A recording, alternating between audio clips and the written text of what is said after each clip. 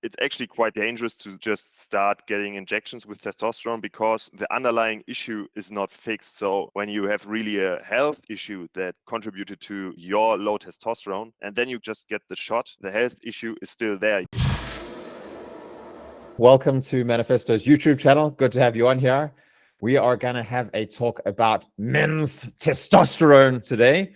You've been working for 7 years through your company, Men's Revival, primarily in German, but you're also opening up to be looking at English-speaking guys and helping English-speaking guys more. So I'm really looking forward to talking about this.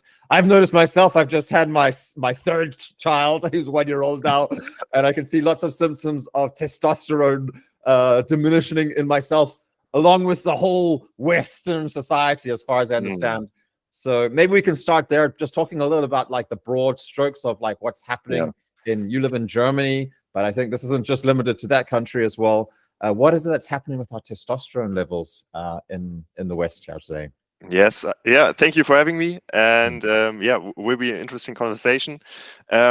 It's an interesting trend that we see since the 70s, 80s, that the testosterone levels and alongside with it the sperm count of men in all Western societies are really collapsing at an accelerating rate.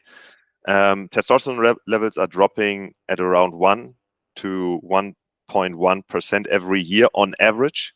So that means the average man today has half the testosterone level than his granddad in the same age. And that's a huge thing. And the sperm count dropped 60% till today. And the consequences is that we see men in their 20s, in the early 30s, having struggles to conceive a child, and with the testosterone, of course, testosterone for me is like this holistic hormone, and we see the consequences in all areas of life of a man. So do you have an idea? I think there's lots of theories about why this is happening. What is the most likely causes or underlying factors that's playing out here from your perspective? Yeah, the summary is that we really radically changed the way of living in the Western societies. Before, we used to live pretty rural. We bought our foods locally. Everything was produced locally. But in the 20th century, we saw this huge industrialization, especially in the cities. And there we introduced habits that were completely new to humanity, basically. And these are the factors that, in my opinion, really contributed to this drop of testosterone and sperm count.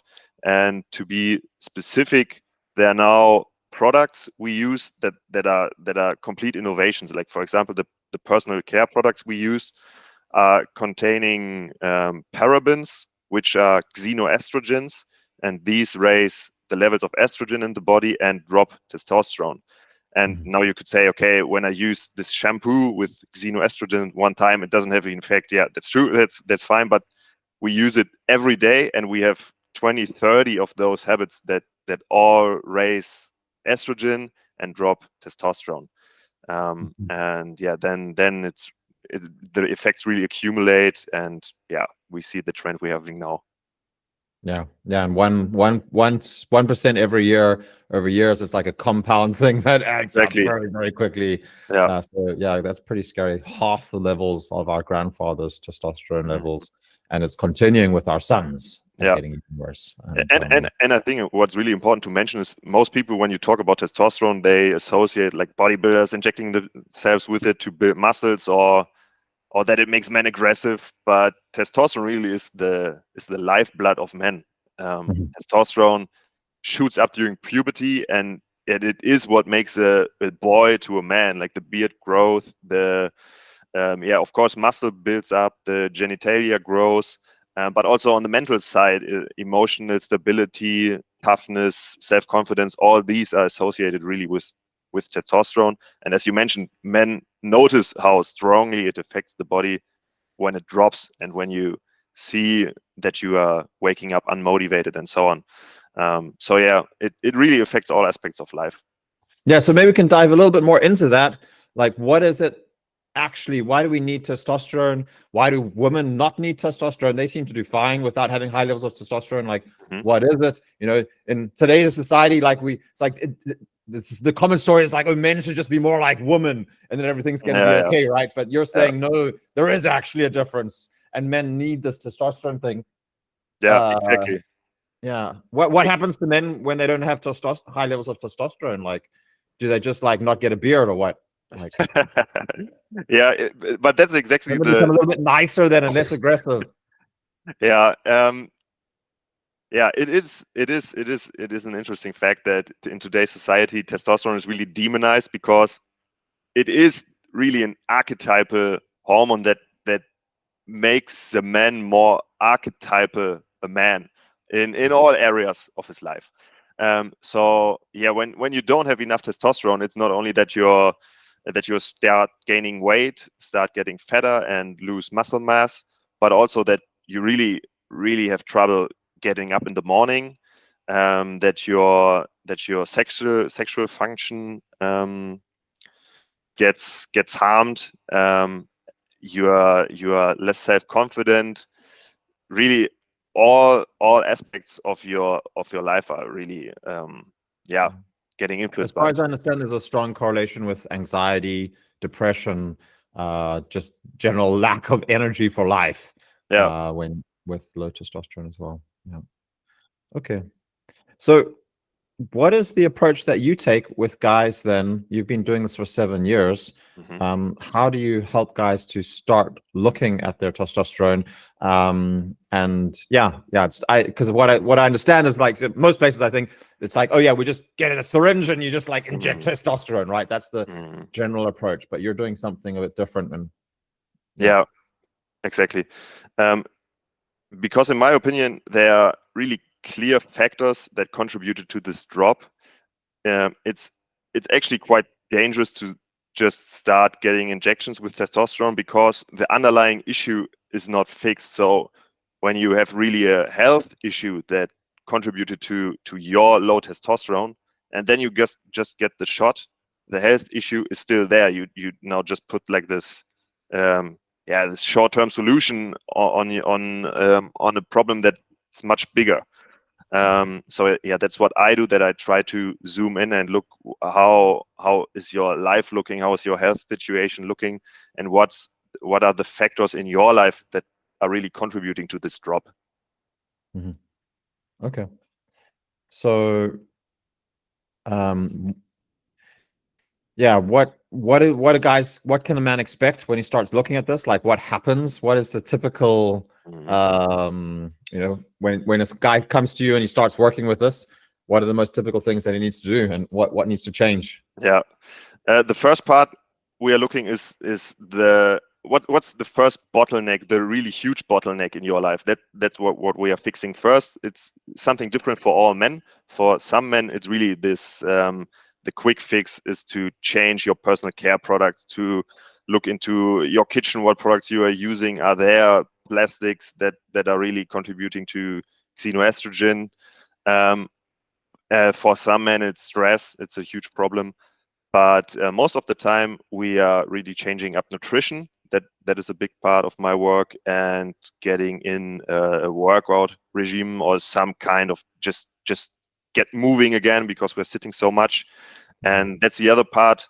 Like testosterone is a sexual and status anabolic hormone. So its function is to raise the status, to contribute to your sex life, to make you reproduce, and to build up the body. But if you don't use your body, there's nothing to build up. So the body doesn't need testosterone. So yeah, that's what we're looking into. Mhm. Yeah. So strength training is an essential part of it as well. Yeah, yeah, There needs to be a stressor on the body that kind of says like, oh, I need to get stronger. And so to be able to, yeah, okay, great. And how long does it take to see changes yeah. for most guys? Like what is it? It sounds like you're kind of like, first of all, removing the things that are limiting the Mhm. testosterone, and then you're also adding some stuff that's stimulating more testosterone growth, right? Like taking both of Yeah. those approaches.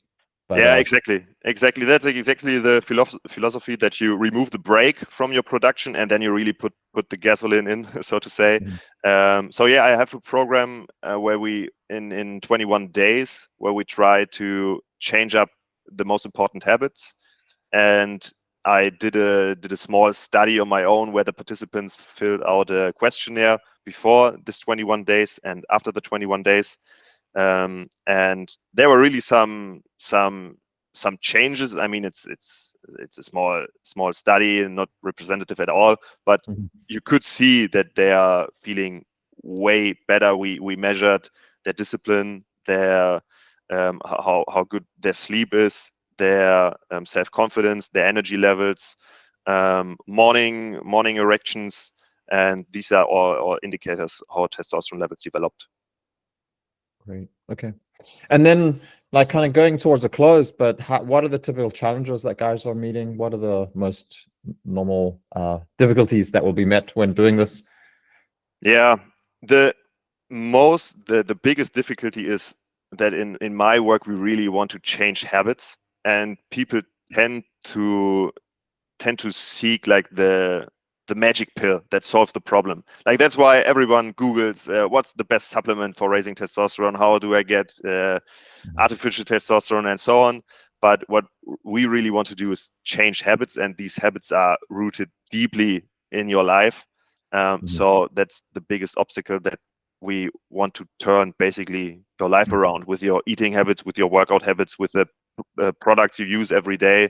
So yeah, that's that's where it really gets tough. Yeah, absolutely. Okay, great. Well, Jacob, I just want to put in here, like, I highly recommend checking this out. I think it's a really, really great focus for men to be able to change their entire life. I think that if you, as a young man, or even an older man, I don't think it's ever too late. I don't know if you have an opinion on that, but Mhm.